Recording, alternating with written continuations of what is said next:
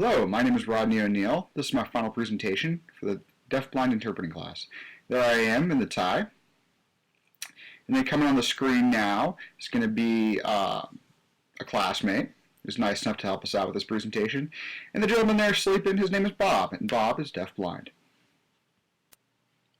In this presentation, we'll be covering the 5 most salient things I have learned this quarter. Number 1 will be cardinal rules. Number 2 will be power.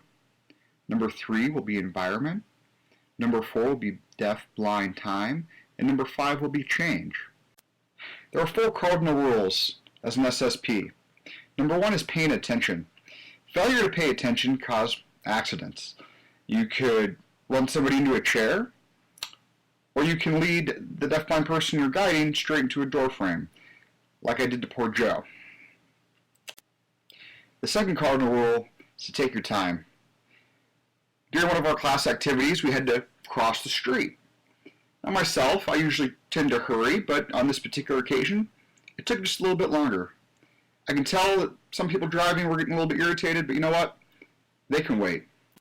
The third cardinal rule is to be consistent. When approaching doors, you're going to make sure that both you and the deafblind person know which way that door is going to open.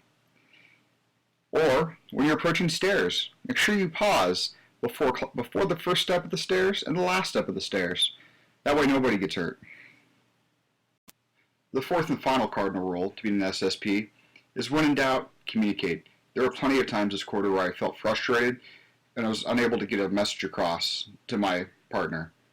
However, after stopping talking about it, we were able to figure out what I was trying to say to him and we'd move on.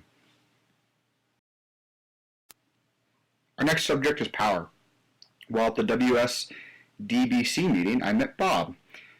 Bob and I introduced ourselves to each other. We talked for a few minutes, found out he was deafblind. He's from Michigan.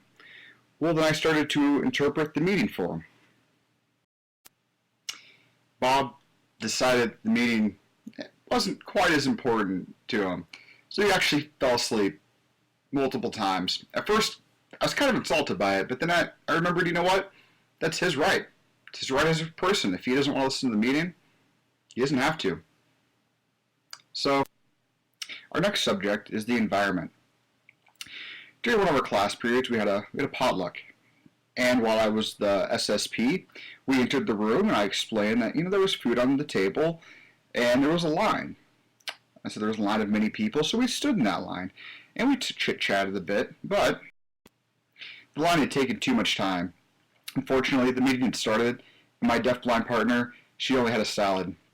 Next time in that situation, I'll make sure to explain what food options are available so she can have more options other than just settling for a salad.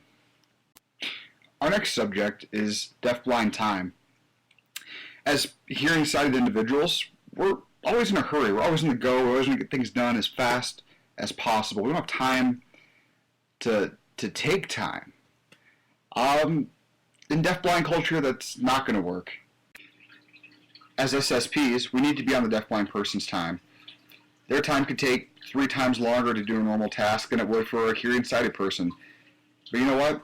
We're SSPs. We're here to support the deafblind person. So, we're on their time. My final lesson for this quarter was being ready to accept change.